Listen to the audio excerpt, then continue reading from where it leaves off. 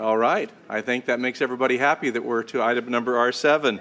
I will make the obvious acknowledgement that I am aware of. This is record attendance for the Shasta County Board of Supervisors, at least in my tenure on the board.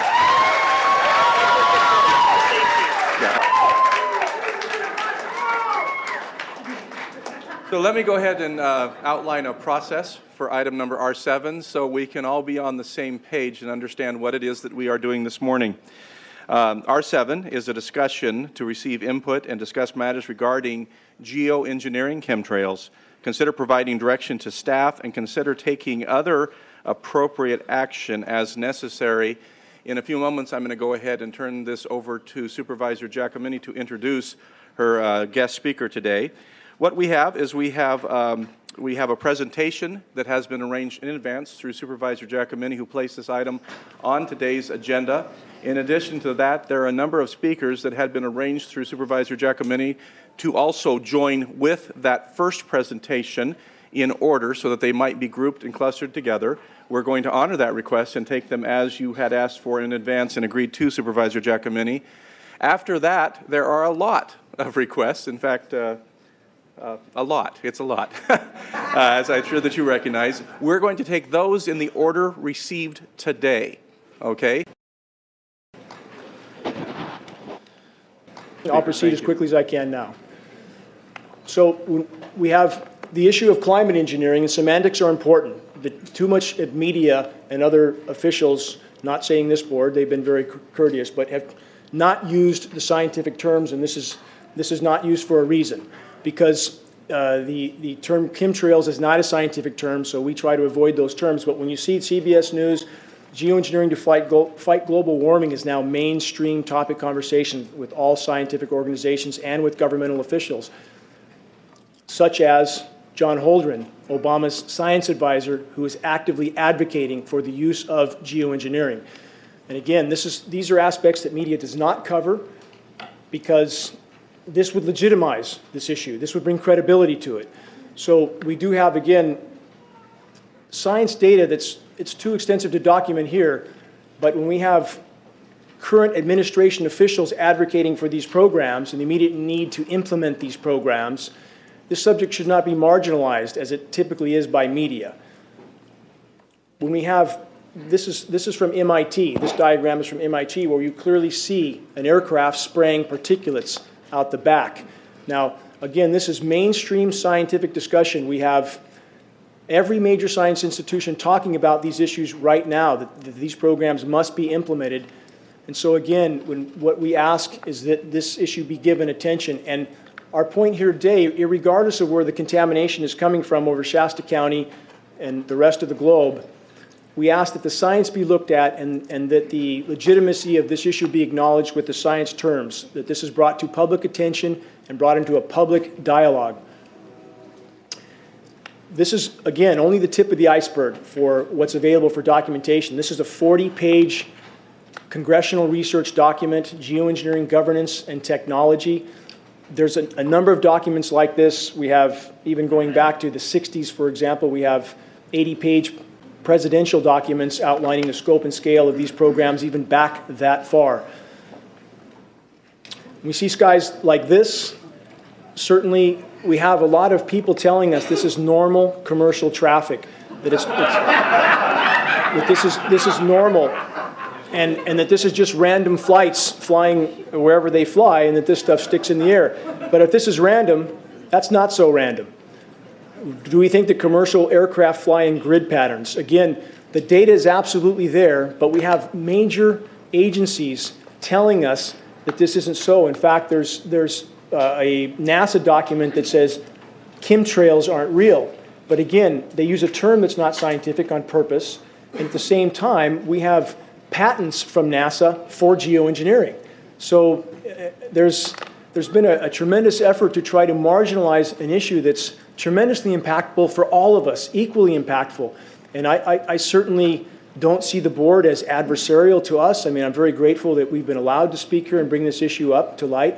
And for our point, I think acknowledgement and disclosure is due for, in this case, for local agencies, the contamination issue. Because I've spoken in front of California Air Resources Board. I've spoken in front of the California Energy Commission. And it seems that all these agencies are unwilling to look at this issue. And at this point, there are certain factors that can't be denied. And contamination is one of those factors.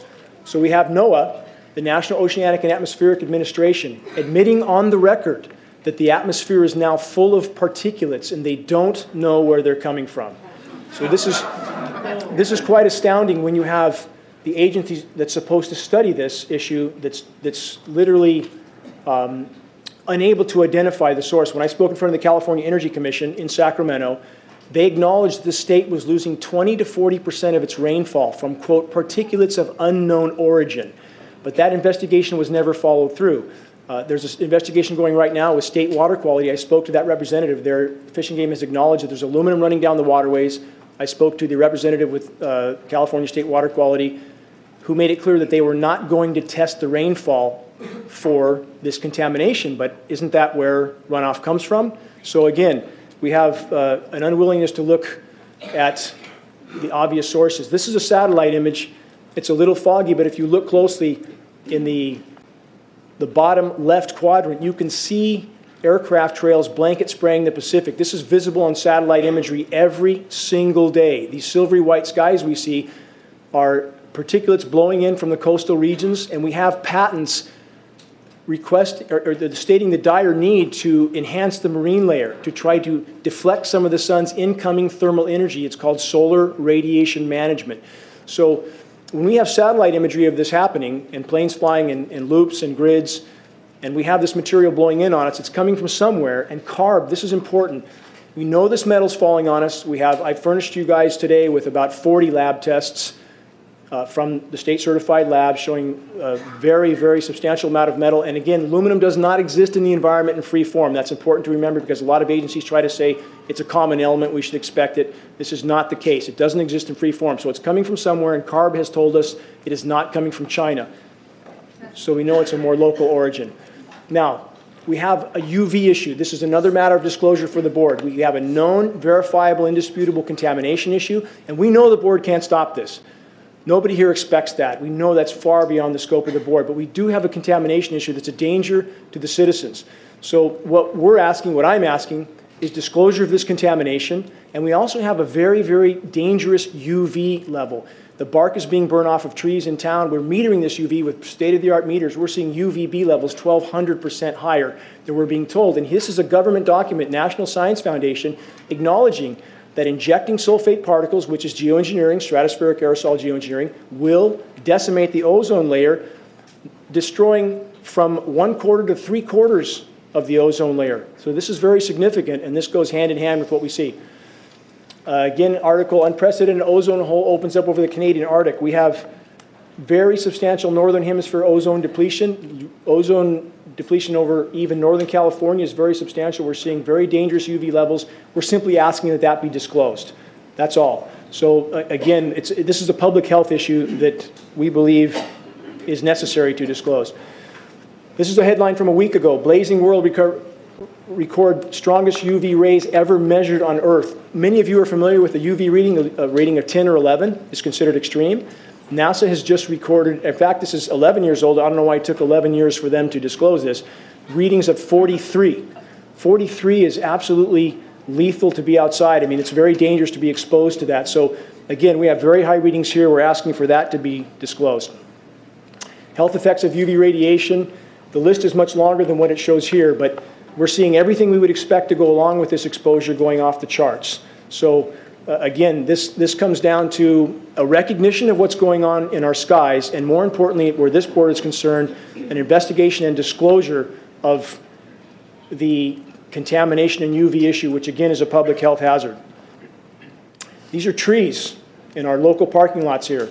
The bark is completely burned off these trees. Foliage is dropping.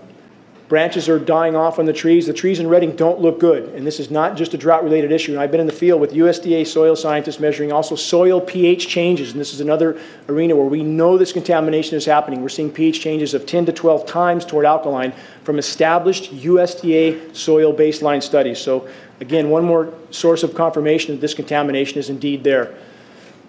trees in Reading, again, when I moved here 12 years ago, the trees looked outstanding in this city. Now they look quite horrific and getting worse by the day. And this is exactly what would be the known and expected effect with extensive UV damage. Geoengineering causing drought. All of us know we're being droughted out. For 10 years, I've said, because the science says so, that the more they aerosolize, the less it will rain here, period. So, again, we have yet one more confirmation of when they spray upstream in our storm track, it diminishes and disperses our rain. Mr. Wiggany, I'm going to ask a question. How Yes. much time did we have scheduled for? Okay, has that already passed? So that was a 10-minute beeper. So let's do this. How much more time do you think? 30 seconds. Okay, very good. We 30 want you to be seconds. able to Thank conclude. you, Thank Gus. you. Thank you. NOAA already deciding that we're not going to get rain from El Nino, which is astounding that they would know that so quickly. Another satellite photo, and this is hard to see on this screen, but the entire, people can view this at geoengineeringwatch.org, the entire Pacific is covered with grid patterns in this shot. It's hard to see. Prevalence of Alzheimer's disease going off the charts. Autism, 10,000% increase. Known connection with aluminum, same with Alzheimer's and dementia. Alzheimer's and autism, the common link, aluminum exposure. Last slide, the right to know. That's all we're asking. The public has a right to know there's a public health hazard in regards to the heavy metal contamination and the UV radiation. That's all we're asking is for that disclosure. Thank you for the extra time. Thank you for addressing it.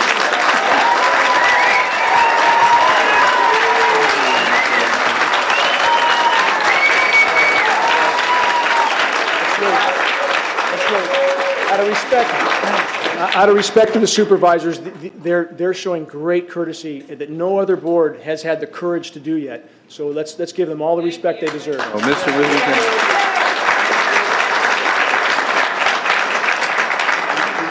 before we move on to the scheduled additional presenters at 3 minutes apiece, and I'm going to just ask in advance as you come up that we're going to hold you to that 3 minutes. They know that. I do want to ask this board before, because you're our main presenter today, if there are any additional questions at this time from this board. Okay. So I have just two questions, and I'd like to ask you, and please excuse this. This is not meant in any other way but out of complete respect. Could you just really concisely, what do you believe the purpose of this engineered spraying is? I mean this in all sincerity. What do you say the purpose of it is? I can tell you what the stated purpose is by governmental document and U.S. patents. Yeah, right into that mic there. I can tell you what the stated purpose is. Solar radiation management, SRM, to block the sun. That's the stated purpose. The consequences don't seem to be considered with these programs, but that is the stated purpose on almost all UN and global governance documents for these programs. Okay, and obviously you presented a great deal of material to myself and to other board members over the years, and that is the conclusion drawn. I just wanted to draw that out today because I didn't hear that specific language, so I wanted to make sure we state that. But then on a personal level, I have another question, and I've asked many people, and no one's been able to answer this question for me, so I mean this in all sincerity. Why does the spraying create a drought in California and flooding in the Mideast, or the Midwest? Thank you for asking that question. Yes, thank you. I appreciate it. When you aerosolize the storm track, and the science backs up what I'm saying word for word, you diminish and disperse the rain. This is not seeding to create rain. This is seeding to create artificial cloud cover. And because there's too many condensation nuclei, it tends to disperse that moisture exactly as we've seen over California again and again. Back to my talk in front of the California Energy Commission, they recognized this fact. I spoke to their top scientist. When you have too many particles in the air, it diminishes rain. It does not augment it if those particles are too small. So it tends to migrate moisture from one place to another, creating drought and deluge. And this is very well documented from every major science institution, from MIT, Scientific American. These effects are known. So it's not a uniform effect. It tends to disrupt the hydrological cycle completely. So when you spray upstream in the storm track, it tends to migrate that moisture somewhere else where it comes down in a deluge. And that's exactly what we see. Mr. Wigington, thank you very much. Thank you, I Les. appreciate that. Don't go away. Don't. Folks, I know your encouragement and your passion, but we have other requests to speak, and we're going to kind of be here all day if we... Mr. Wigington, if you'd come back again, please. We're not through with you yet. Supervisor Chappelle. Thank you, Chairman Baugh. You're welcome. Mr. Wigington, I've had one statement here, and I want to see if you confirm that or not. In your belief of following through with this and trying to get situations resolved, is it because it is a public health hazard? Is that one of your #1 concerns, that this must be disclosed? That is our request of the board, because that is why these programs can go on and on and on, because media will not cover it until the actual effects are made known. And this contamination issue, again, is absolutely verifiable. Same with the UV issue. We can meter it for you. We have state-of-the-art meters. So, and we have corroboration from other science studies. So yes, that is the request of the board. We fully recognize the board has no power to deal with this issue, nor does CARB, nor other state agencies. But the contamination issue is a public health hazard, and we believe that disclosure is necessary, required, and that's all we're asking is disclosure of the heavy metal contamination and the UV issue. That's what we're asking for. Yes. Thank you. Very good. Any other questions from the board of Mr. Wigington at this time? Mr. Wigington, thank you very much for the presentation. And then I'll ask Supervisor Giacomini, do you have the order, or do we want to go to Mr. Supervisor Modi? My gratitude to all of you. Thank you. Thank you, sir. Leonard, everybody on Very my good. list. Okay. So the rest of the agreed upon presentations, they are going to be called out in advance, and then Supervisor Modi is going to move to those who submitted requests today as well to speak. Thank you, Supervisor. You know, and maybe I can suggest one other way to show your support of the speakers, but at the same time allow us to proceed. I did this one time before, and it worked very well. Rather than yelling or clapping, perhaps if you just choose to raise your hands, that will show us that you support the speaker, but it also will show, as I'm sure you plan to do, is to show, show the support to the media. So maybe that both. So maybe that might be one way to. You're getting some love, Supervisor Modi. I saw some hands out there. So, perfect. So the next speaker is Rosalind Peterson, followed by Alan Buckman. Hello, my name is Iraja Sivadas. Rosalind Peterson of USDA was not able to make it today, and and Dane Wington asked me if I could fill in for her. As I said, my name is Iraja Sivadas. I'm welcome. Thank you. I'm a disabled combat veteran. It's the longest I've stood up in a long time. I really appreciate that you are taking time to listen to us today.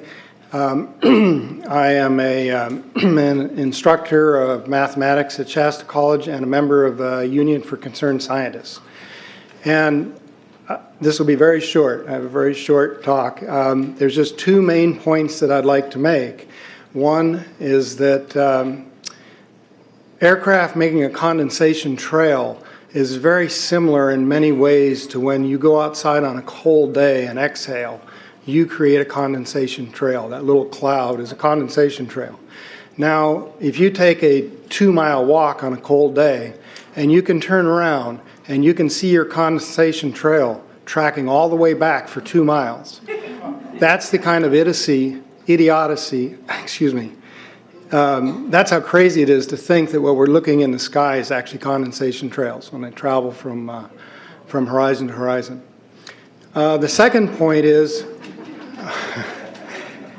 there's a huge amount of aluminum being found because these sprays have aluminum, strontium, barium, manganese, and there's a lot of argument that aluminum is very common to be found, but aluminum is only common in a bonded form. It's not common in a free form, and we're finding high rates of free aluminum in the soil, which is not natural. So thank you again for listening to us. Appreciate it. Thank you, Mr. Sivadas. Alan Buckman, followed by Francis Mangles.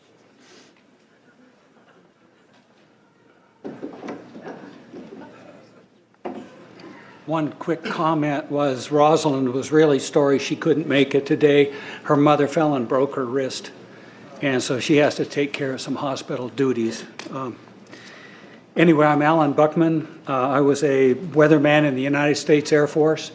Was a wildlife biologist with the Department of Fish and Wildlife for 38 years. I have a lot of experience, field experience. I've been studying the cloud situation and doing research for the last 12 years. Our air and our natural resources, I want to tell you that we're in very great danger from the pollution that's coming down over us. And we've been led astray by the military-industrial complex, and they're responsible for the cloud's creation and weather manipulation programs. They're dark operations. That's why they're not out in the media. Now, I'm here to give you testimony that contrails, chemtrails, they're not contrails, are indeed real. They're spraying almost every day. I sit out with my wolf dogs in the afternoon, and I watch the clouds and watch the spraying program going on. We have clouds in the sky we've never seen before. Almost every day I'm seeing clouds I've never seen before. And NASA has been even named a few of these new clouds. It's really interesting, but NASA is a corporation. I want you to know that.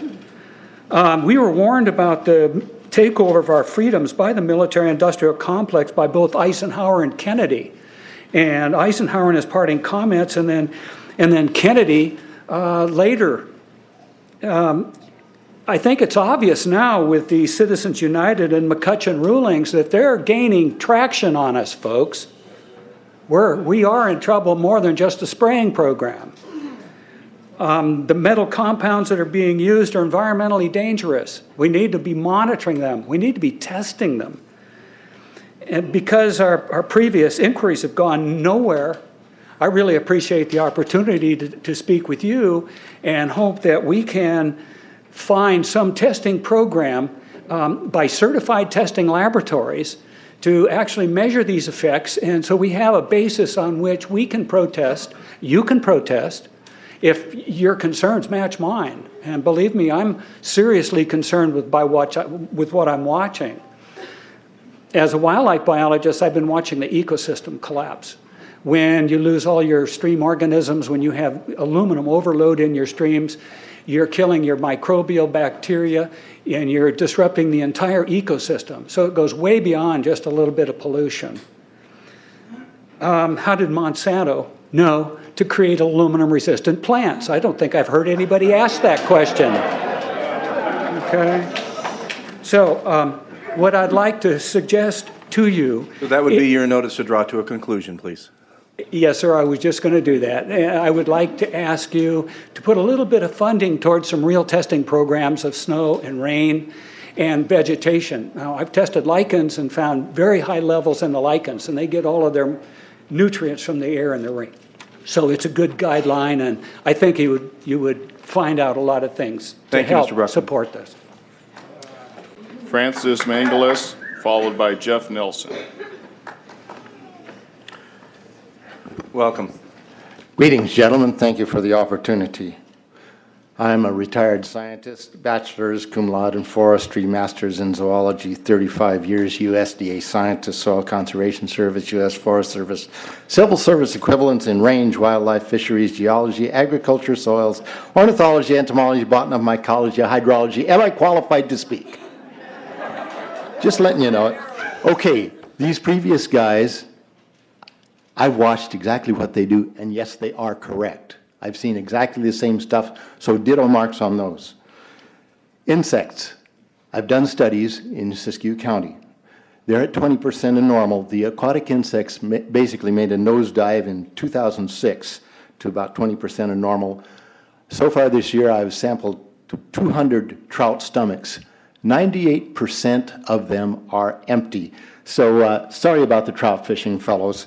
The mayflies, stoneflies, dipterus, and caddisflies are damn near gone, except in the areas where there's springs. I'm going to remind you to address the Board of Supervisors, please. The terrestrial sampling is down to about 20% of normal, except for pest species like ants.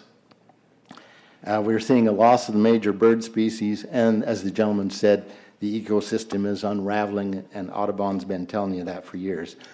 You want some figures? Okay, latest water test, tested the rain. 13,100 micrograms per liter of aluminum in the rain in 2013. Normally, it should be 0. So 13,100 is pretty damn much, folks. It used to be 0, then it was 100s in the 2000s, and then since 2010, it's into the 1,000s and the latest 13,100. In the snow on Mount Shasta, pristine Mount Shasta, 61,000 feet, no, excuse me, 8,000 foot level, 61,000 micrograms per liter, 4 times the amount that is found in the soil up there. Where in the hell is this stuff coming from if it's not coming from the soil? Now, normal, again, it's, these tests are international in scope. We're seeing this all over the world, guys. Okay, pH of acid soils is 20 times more alkaline. The aluminum in the soil has doubled in the last 10 years. The rain normal was 5.6. It's 20 times more alkaline. Aluminum blocks essential nutrients. I am unable in my garden to restore normal pH, and that's because nanoparticles are now in the circulatory systems of both plants and humans. So welcome, fellow guinea pigs. The collapse and decrease of agriculture is something I worry about even more than the previous info about autism and Alzheimer's. Just about there. Okay, see my paper, Geoengineering What We Know. The latest update is 7/11/14. It's available, and nobody has been able to correct it or debunk it for 5 years. Thank you, Mr. Manglis. Jeff Nelson, followed by Russ Lazuka. Good morning. As you can see, I was a airline pilot, and the 9 years as an instructor, last 7 as a lead instructor at the largest flight academy in the world. Part of that job was teaching all these pilots about engines and weather. The pink here is left over from the 4th of July. It was supposed to be red, gray, and blue. And the red did not go away, it turned pink. Anyway, make it short, sweet, and simple. Jet engine is very simple. It sucks, it compresses, it bangs, and it blows. And so what happens is these turbines suck the air in, increasing the amount of density of the air, goes into a combustion chamber where it's heated and expands again, comes out as thrust at a very high temperature, similar to when you blow up a balloon, you let the balloon go and it goes straight, flying off. Now, when that hot air exits the tailpipe, this occurs, the contrails, not the chemical, the contrails occur because of cold air, minus 30. It takes a high altitude, around 30,000 feet plus, and that air turns to, there's carbon dioxide and water vapor in that exhaust. That turns to ice crystals, and that's what you see, the white stream behind it. Those white crystals of ice warm up, dissolve, and the smoke goes away. And it never lasts more than a minute. Usually it's in seconds, depending on outside air conditions. What we're seeing now, and I first could not believe it, and I started looking at the skies, and these are not normal. They're not natural. There's something going on. I don't know who it is or why they're doing it. All I can testify is it's not natural and it's not normal. It's got to be some outside influence doing that. Thank you. Thank you, Mr. Nelson. Russ Lazuka, followed by Hamid Razbis. Thank you, Mr. Chairman and board members. Rabi is the last name. Hamid, first name. I'm sorry. Yeah, that's fine. Right, I heard something Yes, similar to my name. That was close enough. I'm a neurologist practicing in Reading for 17 years. And in the past 5 years, I have seen the number of patients with Alzheimer's disease, Parkinson's, and other neurodegenerative diseases tremendously increase, almost quadruple. What is the reason for that? I don't have enough knowledge and data to draw a conclusion. And basically, even no one center, even university-based center, can come to a firm conclusion for the reason for that. But the explanation that they provide to us, that the reason for increased number of these patients is because of increase in the population of aging people. Means that people are getting older and stay alive because of progress of medicine, and that causes the dementia to surface up, does not seem very convincing. Almost is like saying that dementia is like this and an act of God. On the other hand, we do know that we have a trend of thought for a long time that we make a mistake and we jump into a very simple, the most simple or a straightforward, fixed it at any price solution. And it seems like this is the scenario is playing at the present time.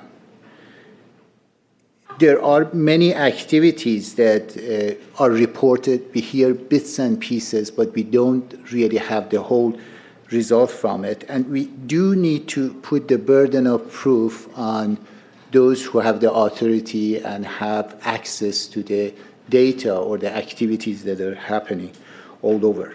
We know that there are a small group of experts, scientists, that their conflict or lack of conflict of interest is not very clear to us.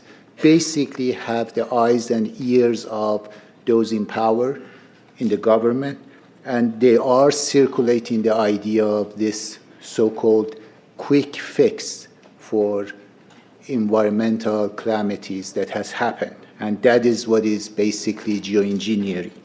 They provide solutions, basically, as you heard, to spray nanoparticles, very small particles, to basically reflect the dangerous irradiation from the space.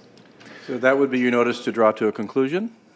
Okay, so what I'm getting to conclusion is that these nanoparticles, they basically trigger a programmed cell death in the brain, and that is the ultimate path we see in Alzheimer's. Thank you, Mr. Revis. Russ Lazuka, followed by Fred Meyer.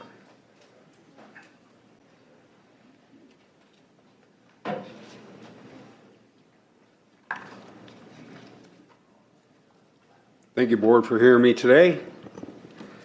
My name is Russ Lazuka, Shasta County resident, 20 years, U.S. Air Force veteran, 17 years of aviation experience, and 15 years as a commercial pilot, to include Delta Airlines. That being stated, I have witnessed various weather phenomena.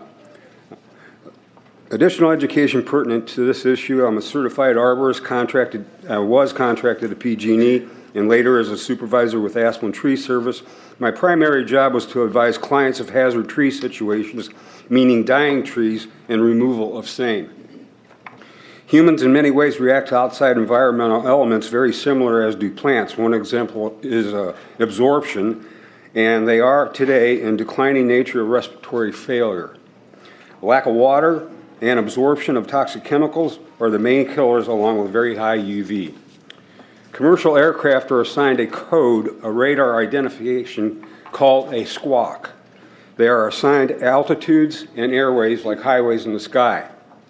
Contracted tankers, that is civilians like Evergreen, flying for the purpose of weather modification, will not have a squawk code, nor will they be on an assigned airway. They will also be on military radio channels. Commercial air traffic control will not be able to inform commercial pilots of approximate aircraft. Therefore, you look up and you see all these grid and crisscross patterns of aerosol in the sky, and there are no passengers on board. Those trails, if they are true condensation trails, will completely dissipate within 15 seconds. A statement issued by the United States Air Force that contrails become visible roughly about a wingspan behind an aircraft. A Boeing 757 has a wingspan of about 125 feet.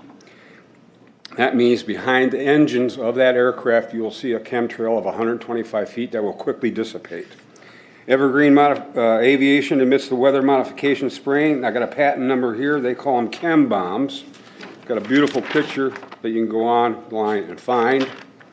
Tons of aerosol can be released in a line up to 250 miles or in huge clusters. That's when you see the interruptions in the sky of batches of artificial cirrus clouds. However, behind an aerosol spraying aircraft, they stream, persist, and according to the winds aloft, will dissipate only after hours of lingering because the chemicals are falling out of the sky onto the planet. I will close with this. No one has to have prescience to become informed. It's there. Look up, look around. There are no contiguous states, nor Alaska or Hawaii, nor the future state of Jefferson or any other continent who is impervious to the aerosol chemicals and contaminant particulates purposely sprayed in our stratosphere. Thank you.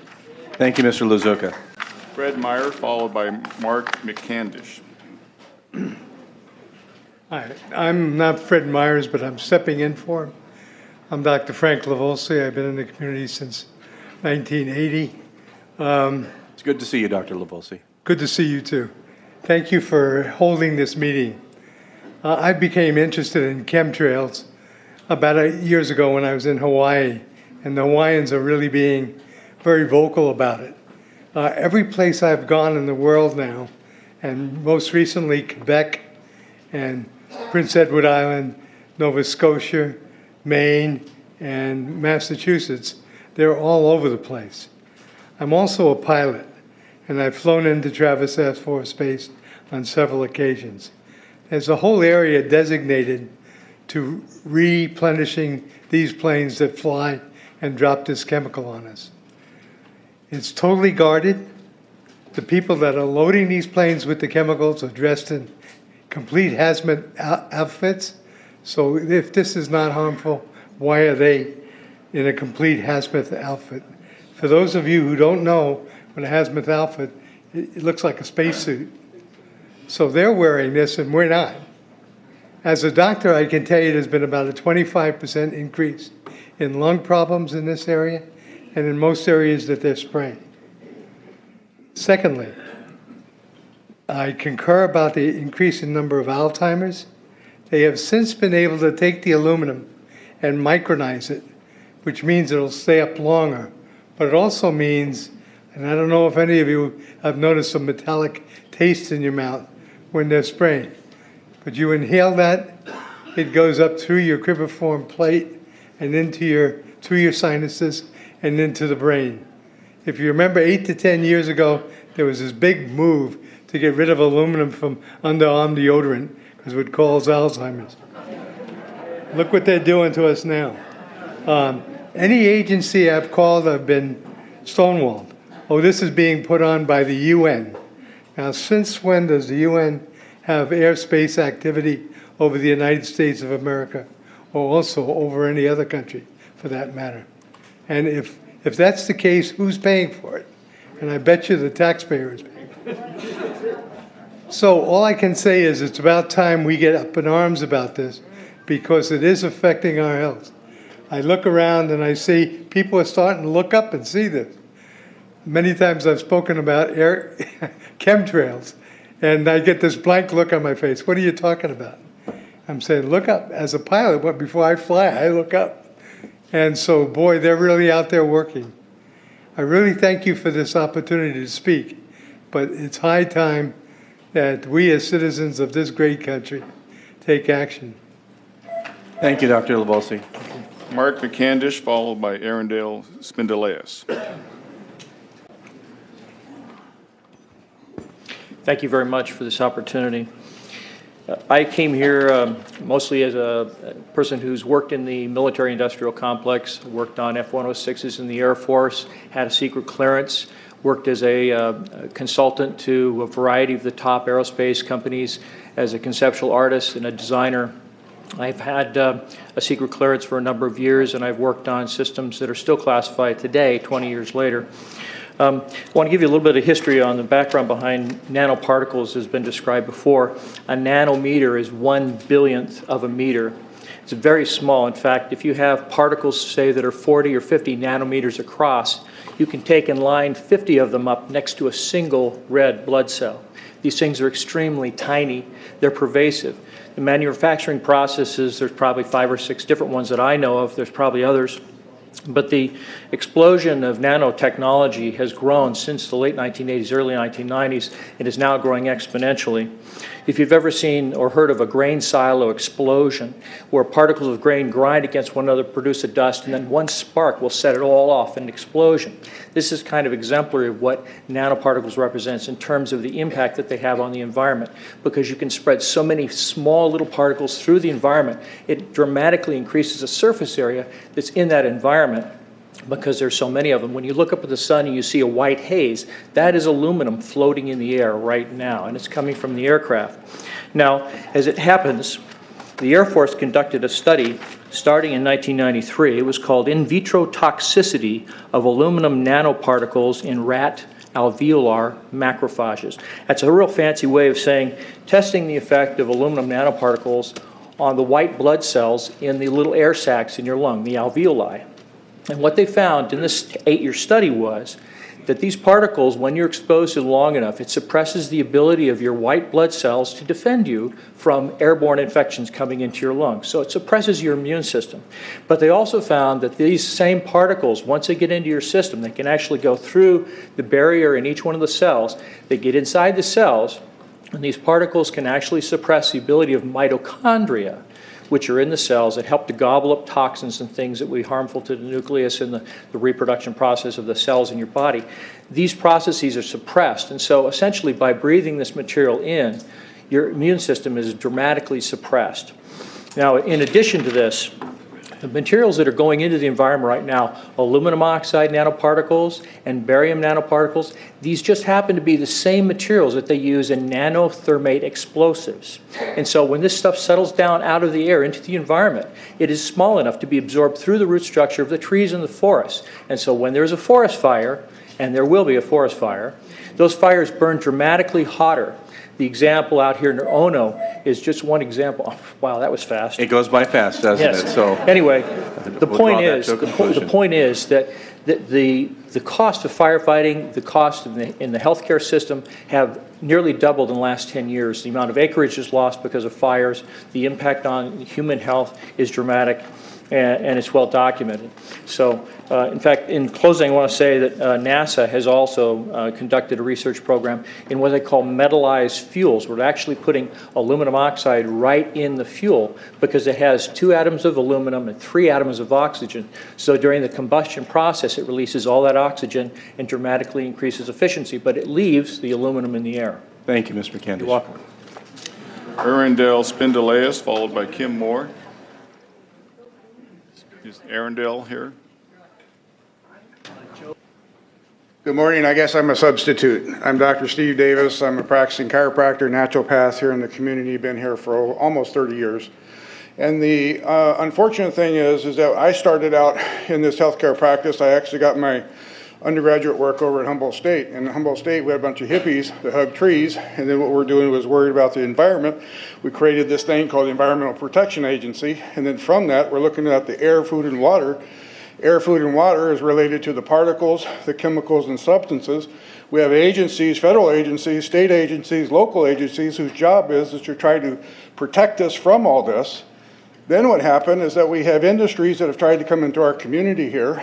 They do not stay or do not come because the EPA won't allow them because of what they're going to release from ground up. We got things coming from sky down, and it's a huge, huge problem. Because as it comes down, what happens is a couple of things. Is that it actually is in our air, we breathe it. And as we breathe it, it's actually going to go up through our nostrils, into our brain, easiest access to our brain frontal lobe. The contaminants that have been identified, which already been mentioned, are aluminum. Aluminum is the #1 free radical generator to the brain to cause early apoptosis, which is early death of brain, and it begins to set off the scar tissue, which we call the amygdalin, which is part of the chemical matrix related to Alzheimer's. That's problem #1, because when we look at the Alzheimer issue, we say those are the old. The real problem is, and the real scare I have, is as I am a father of 2, I'm a grandfather of 3, my youngest one will be getting married next August, or this August. Hopefully she will be able to spawn and have some children of her own, and then we'll have more. So the whole process is that in what we have going on is our children, when they're playing outside, your emblem says, come to the North State, enjoy us, enjoy the mountains, the streams, the fish, etc.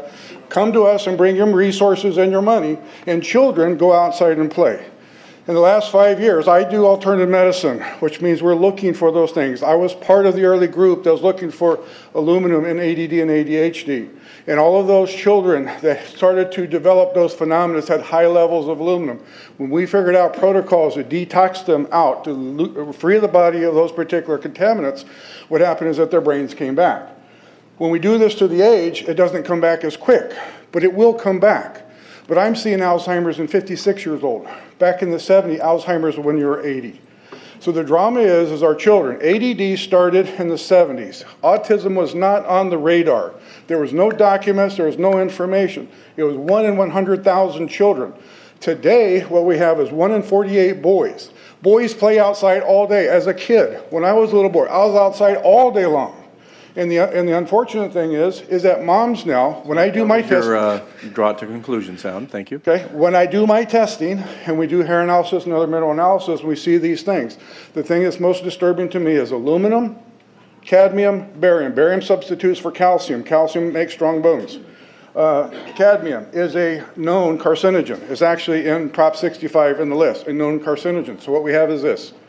We have environmental contaminants. We have been aware of this since the 60s. Now we've got seen an onslaught. We need to have some kind of way to warn moms, keep their kids from going outside. Thank you, Doctor. One question for you. Are you also a neurologist as well? No, I'm not. Sorry. Okay, just want to clarify. Thank you. Thank you. Thank you, Board of Supervisors. I'm Joe Marmon from Sacramento, an attorney. And back in May 6th of 2011, I called your Shasta County Air Pollution Control Officers, Russ Moll and Ross Bell, asked them how come Shasta County is getting sprayed like crazy with this geoengineering chemtrails. And they said, we don't know anything about it. I said, why don't you look into it? There was no answer. I wrote to them and I explained in a 2-page letter what was going on with this geoengineering spraying, and I got no answer from them. In that letter, I discussed the contaminants in air, water, and the snow that are out at outrageous levels that should never be happening. It was an illegal contamination. I offered to meet with them. I suggested that I would volunteer to sue Shasta County residents, to sue Shasta County for failing to act to protect the citizens and failure to enforce air quality laws. I still got no answer. July 12th, 2012, I wrote to the federal government, Leon Panetta, Secretary of Defense, James Miller, Undersecretary of Defense for the Army Policy, and General Norton Schwartz, Air Force Chief of Staff, because Air Force wrote a book, and on the first page of the book, they said, we're going to control the weather by the year 2025. I asked them, what are they doing spraying these chemicals on the public? I said, there's violation of United States Code 50 USC 1520, which prohibits the American government from experimenting on the U.S. citizens with chemical agents. I said that law also requires who's ever experimenting, when the federal government does it, that they have to report to Congress within 30 days. They wrote back, they said they don't know what I'm talking about. We have enough evidence that there's a spraying going all over the place. They still denied any knowledge of geochemical engineering weather warfare. They also denied having any information with my Freedom of Information requests. I personally tested water and aluminum, and I found aluminum had 47 times the normal expected amounts. Strontium had 10 to 20 times the amounts. Barium was 20 times. This is what the stuff looks like here. Collected, most people just think it's a cobweb, but I tested it. It has outrageous amounts of barium, strontium, and aluminum, but they destroy the sample, so I'm not letting this get away from me. I'm just requesting that the Board of Supervisors be strong and courageous, like the Board of Supervisors in Suffolk County, New York. They outlawed geochemical engineering. Hawaii passed an ordinance against prohibiting geochemical engineering. I urge you to bar geoengineering in Shasta County and pass an ordinance. At least ask some damn questions. What the hell is all this aluminum doing here? Why are the trees dying, fishes dying? Why is there Alzheimer and aluminum spiking? And why are these fibers on the ground here in Shasta County? Thank you. Thank you, Mr. Marmon.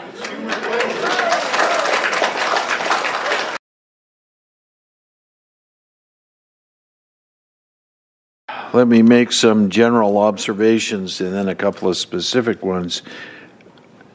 Today, the Shasta County Board of Supervisors has been the beneficiary of some sincere, passionate, and knowledgeable comments.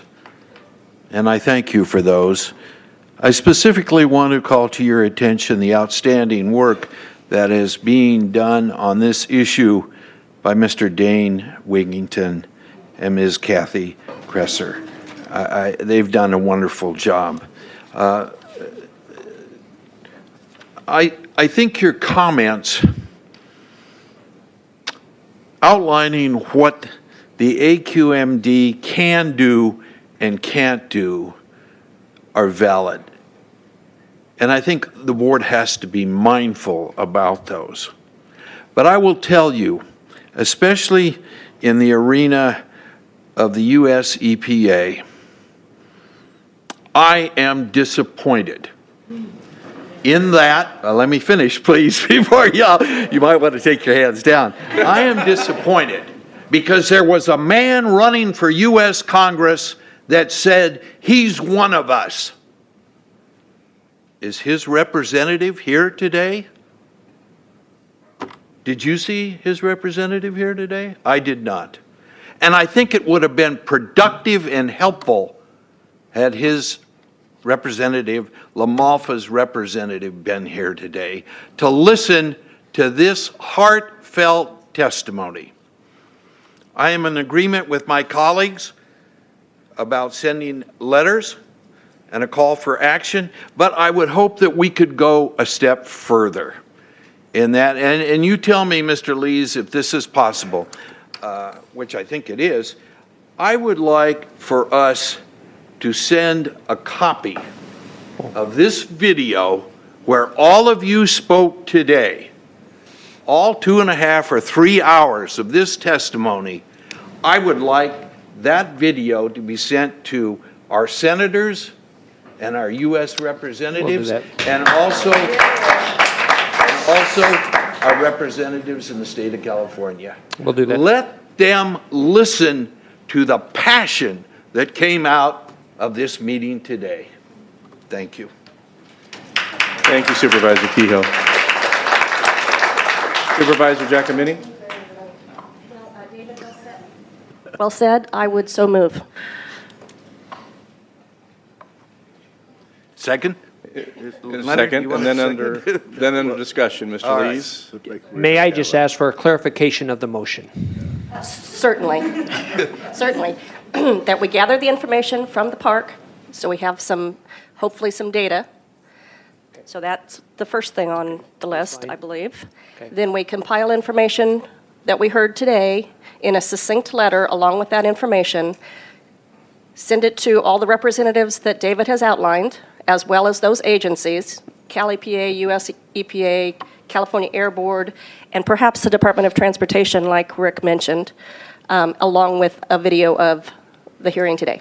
Is that clear? Yeah, that's good. Thank you. So, you want a second? do you want to re-second? Do we have a second to that already? We have a second. You're second. Well, I seconded, but I'll withdraw, Mr. Modi, if you'd like to second it. I just have a comment, Okay. so go ahead. Okay, so do you want to confirm? Yes. Your second. Thank you, Mr. Modi.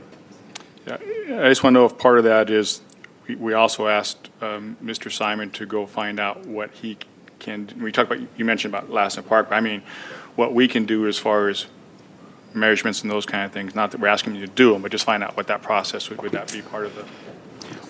Yes, perfect. You can add that. David, do you agree? Yeah. Okay. I have one other question of Mr. Lees. Mr. Lees, should anyone in the audience wish to get a copy of this video, how can they go about doing that? There's a couple of ways to do it. The easiest and most effective way, in my opinion, is to go online. Within an hour or two, you'll be able to watch this entire meeting at any place you want to. You don't have to sit there and watch the whole 3 hours or 4 hours, but you could actually pick out different portions. So you can actually go on the Shasta County website, go online, and watch any one of our Board of Supervisor meetings. And it should be ready to go certainly within the next 2 or 3 hours. This is a little longer, so I'm giving myself a little bit of time. So. Thank you, Mr. Lees. Supervisor Modi? Yeah, I just wanted to, I think we're going to take a vote here in a second. I wanted to add one more thing under discussion. I also wanted to personally thank Mr. Wigington for your efforts here today. I thought that you put together a very well thought out presentation, and I can tell you that I sat down and watched an hour and 20 minutes, I think, whatever it is, 110 minutes of the video. I watched all that, so I had a chance to do that as well. And I think I just would wrap it up with one little, I want to go too far with this, but I wanted to say that, this is an uphill battle for probably some of us here at the board level with this information and stuff. But I thought that the way that the speakers spoke today with respect and tried to just tell their story and not be accusing other people or attacking other groups and stuff. I mean, pretty much everybody did that. I think that helps your cause. If people don't do that, you're going to turn people off really quick, because no one's going to help you when you spit them in their eye and then ask for help. So I do appreciate that you made that effort, and I know Kathy helped you do that as well. So thank you for taking the time and effort to bring so much information to us today. And then just under discussion, I have one question in regards to the motion that's made. It was pointed out earlier that we had in 2008 sent the material, but that it lacked the request for a response. Can we include in whatever we send not just our request, I guess our demand that there be a response to the Shasta County Board of Supervisors? Maybe there's a better way of putting that, but I think you understand my point. In a timely manner. Yes. Correct. And I thought I embedded that in there, but if not- maybe you Okay. did. Maybe you did, Okay, and Larry, I you just did missed it. Okay, thank you. Very good, very good. Is there any other discussion? Seeing none, you have the motion in front of you. I think it's understood. All in favor, say aye. Aye. Any opposition? Motion passes unanimously.